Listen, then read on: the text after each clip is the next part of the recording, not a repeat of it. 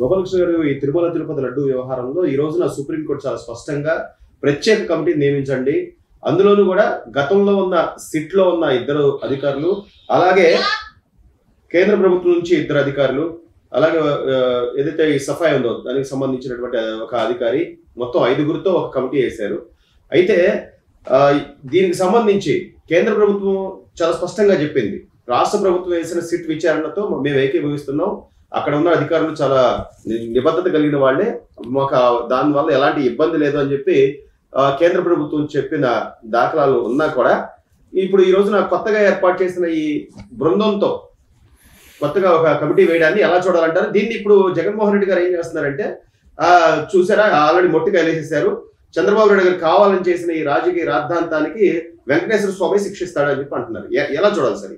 ముందుగా వెంకటేశ్వర స్వామి దైవానికి నమస్కరిస్తూ, ఈరోజు జరుగుతున్న పరిణామాలు, ఒక ముఖ్యమంత్రి అధికారులు ఇచ్చిన రిపోర్ట్ మీద ఆయన మాట్లాడారు. ఎప్పుడు మాట్లాడారు? సెప్టెంబర్ 18న మాట్లాడారు. ఇది జూలై 6, 12 టెస్టింగు, తర్వాత July 23 EO press conference Jaganmohan Reddy గారు కోట్ చేశారు. నేను ఒకటి అడుగుతున్నాను ఈ మాజీ ముఖ్యమంత్రికి, మీరు కోర్టుకు వెళ్ళారు, సుప్రీంకోర్టుకి ఎవరు వెళ్ళారు? మీ యొక్క పార్టీ తరపున ఎవరినైతే మీరు టీటీడీ చైర్మన్గా వేశారో సుబ్బారెడ్డి గారు వెళ్ళారు. మరి వారి మీద కూడా సుప్రీంకోర్టు కామెంట్ చేసింది, మీరు ఎక్స్ టీటీడీ చైర్మన్ అని ఎందుకు మీరు సబ్మిట్ చేయలేదు మీ అఫిడవిట్లో అని చెప్పేసి అన్నారు కదా. అది కూడా తప్పుగా తీసుకుందామా, పెద్ద బూతుగా తీసుకుందామా? ఈరోజు జగన్మోహన్ రెడ్డి గారు కానీ ఎవరైనా పొలిటీషియన్ కానీ ఏది ఏమైనా ఆ భగవంతుడు యొక్క నిర్ణయం ప్రకారం అనండి, లేకపోతే ఆ భగవంతుడు నిర్దేశించిన ప్రకారం అనండి, ఒక ఉన్నత న్యాయస్థానం ఆ స్థానంలో కూర్చున్న జడ్జెస్ ద్వారా ఒక నిర్ణయాన్ని ప్రకటించారు. ఎందుకు ప్రకటించారు?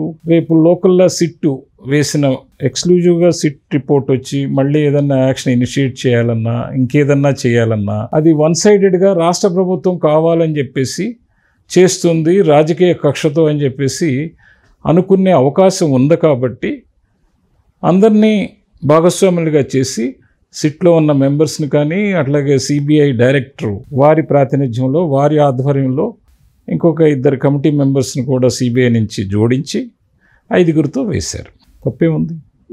సంగ్రహంగా విచారించాలి, కొన్ని వేల కోట్ల మంది యొక్క మనోభావాల్ని ఇది కాపాడాలి, ఆ దైవ సంభూతుడి మీద నమ్మకాన్ని పెంపొందించాలి.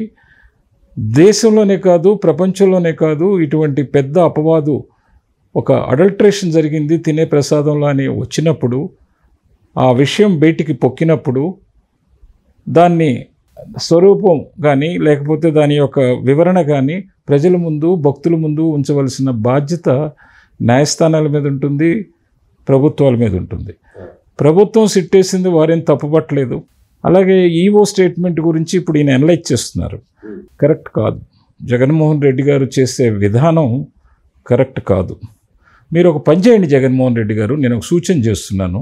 మీరు వెంకటేశ్వర స్వామి మీద నమ్మకం ఉందని చెప్తున్నారు, ఆ దైవాన్ని మేము కాపాడామని చెప్తున్నారు, హిందువుల యొక్క మనోభావాలను కానీ భక్తి భావాలను కానీ మీరు ప్రొటెక్ట్ చేశారని చెప్తున్నారు కదా మీ హయాంలో. అన్ని విషయాల మీద సంగ్రహంగా ఇప్పుడు కొత్తగా సుప్రీంకోర్టు సిట్టు వేసిన దానికి ప్రతిదీ మీరు టికెట్స్ కానీ సేవలు కానీ పెంచిన విధానం, మీ శాసనసభ్యులు మీ రాజకీయ నాయకులు చేసిన లెటర్స్ ఇచ్చిన విధానం, అక్కడ టికెట్స్లో సేవల్లో జరిగిన గందరగోళం, గోల్మాలు, అన్ని అపవాదుల్ని మీరు నిజాయితీ పరులైతే మీరు రేపే అఫిడవిట్ వేయండి. ఈ అంశాలను కూడా దాంట్లో చేరుస్తాము. మేము క్లీన్గా బయటికి రాల్చుకున్నాము.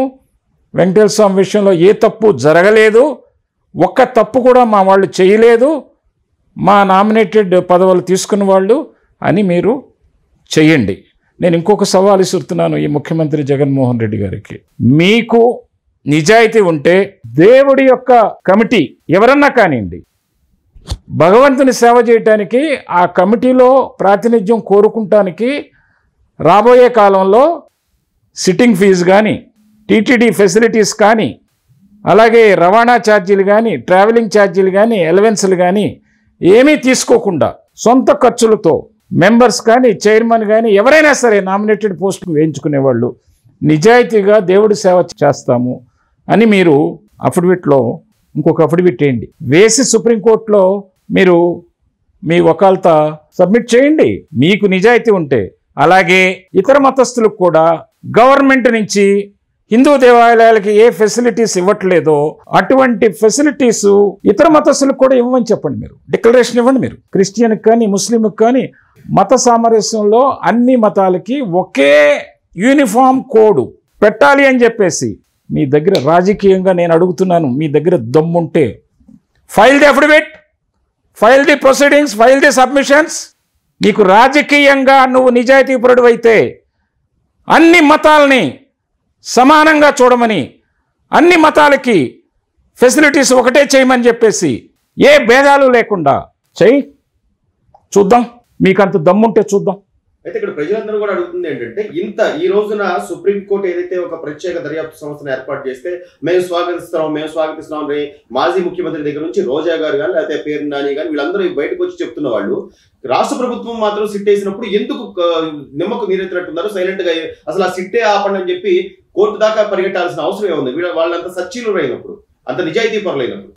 భయం అండి వీళ్ళకి. దేవుడు అంటే భయం, చంద్రబాబు గారు అంటే భయం. అసలు వాళ్ళకి తప్పు చేశారు కాబట్టి భయం.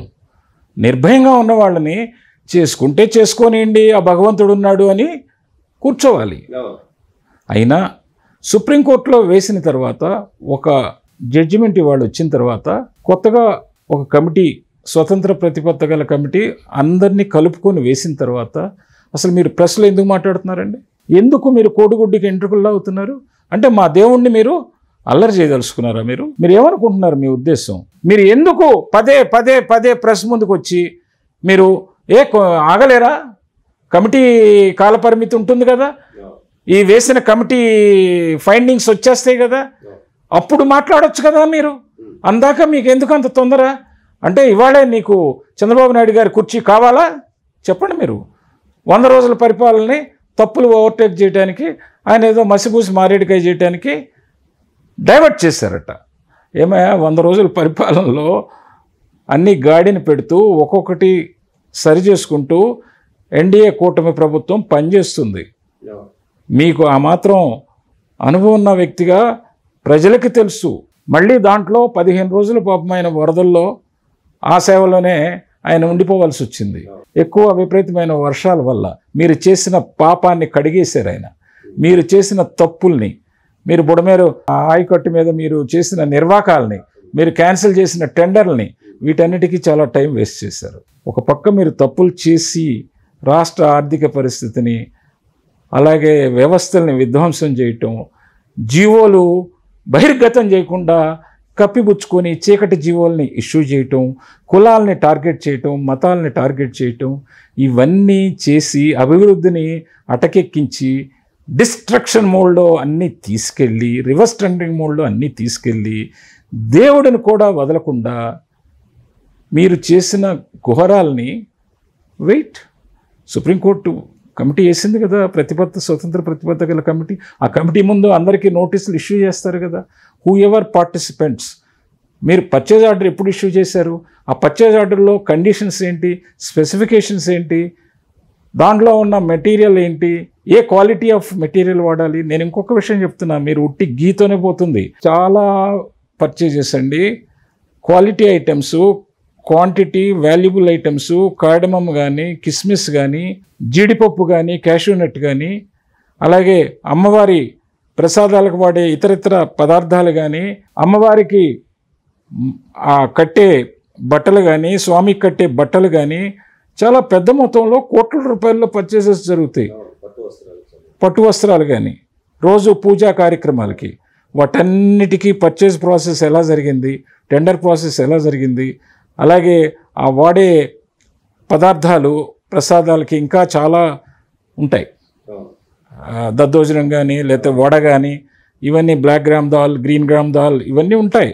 వాటన్నిటి మీద కూడా మీరు సిట్లోకి తీసుకురండి. మీ హయాంలో టెండర్ ప్రాసెస్ ఎలా జరిగింది, ఎవరెవరు ఇన్వాల్వ్ అయ్యారు, ఎంత ప్రైస్ కొన్నారు, అక్కడ మీకు ఆర్బీఐ బులెటిన్ ప్రకారం మీకు ప్రైస్ ఇండెక్సెస్ ఎలా ఉన్నాయి, పల్సెస్ మార్కెట్స్ ఎలా ఉన్నాయి, మార్కెట్ ఎట్లా ఉన్నాయి, తర్వాత ఏ టైప్ ఆఫ్ కార్డమమ్ కొన్నారు, ఏ టైప్ ఆఫ్ క్యాషనట్ కొన్నారు, ఏ టైప్ ఆఫ్ క్రిస్మస్ కొన్నారు, వాటి స్పెసిఫికేషన్స్ ఏంటి, మీరు ఫ్లోట్ చేసిన టెండర్లో స్పెసిఫికేషన్స్ ఏంటి, మీరు పర్చేజ్ ఆర్డర్ ఇష్యూ చేసిన స్పెసిఫికేషన్స్ ఏంటి, మీకు వచ్చిన స్లాబ్ రేట్స్ ఏంటి, కాంపిటేటివ్ రేట్స్ ఏంటి, లోయెస్ట్ ఆ కోట్ చేసిన విధానం ఏంటి, అన్ని సిట్ ముందు పెట్టండి. మీరు ఇప్పుడున్న కమిటీ, కొత్త కమిటీ ముందు పెట్టండి. మీరు గోపాలకృష్ణ గారు, చివరిగా అంటే ఈ జగన్మోహన్ రెడ్డి గారు ఏదైతే చెప్తున్నారు 100 రోజుల పరిపాలన అంతా అస్తవ్యస్తం, లేకపోతే అసలు చంద్రబాబు నాయుడు గారు ఏం చేయకుండా, లేకపోతే ప్రజల్లో అసంతృప్తి ఉంది, దాన్ని డైవర్ట్ చేయడం కోసం ఇది వివాదం తీసుకొచ్చారని చెప్తున్నప్పుడు, ఈ రోజున ఆర్బీఐ అమరావతికి సంబంధించి పెట్టుబడులకి ముందుకు ఎట్లా వస్తుంది, లేదా మొన్న వెళ్ళిపోయిన లులు పరిశ్రమలు కానీ, లేకపోతే ఒక పోలవరం ప్రాజెక్టుకి సంబంధించి, లేదా అమరావతికి కేంద్ర ప్రభుత్వం విడుదల చేసిన నిధులు కానీ, మరి ఇవన్నీ ఏమంటారు, వీటిని డెవలప్మెంట్ అంటారా లేకపోతే ఎలా చూడాలి సార్? ఆయన ఉద్దేశం ఒకటేనండి, చంద్రబాబు గారు కష్టపడిన విధానం, ఎన్డీఏ ప్రభుత్వం ఇచ్చే సహాయం ఆగిపోవాలి, గందరగోళాన్ని సృష్టించాలి, రాజకీయంగా చంద్రబాబు గారు ఉండకూడదు, ఈయనే కింగ్ లాగా కొన్ని దశాబ్దాల పాటు ఉండాలి, మ్యాండేటరీ డెమోక్రటిక్ సిస్టంలో ఇంత మెజారిటీ ఎన్డీఏ అలయన్స్కి ఇచ్చిన తర్వాత ఇప్పుడే దిగిపోవాలి, ఆయన మాత్రం 5 సంవత్సరాలు 151 సీట్లు తీసుకున్నప్పుడు పరిపాలించాలి. సో అర్థపూరితమైన రాజకీయం ఉన్నప్పుడు ఎవరు ఏం చెప్తారు?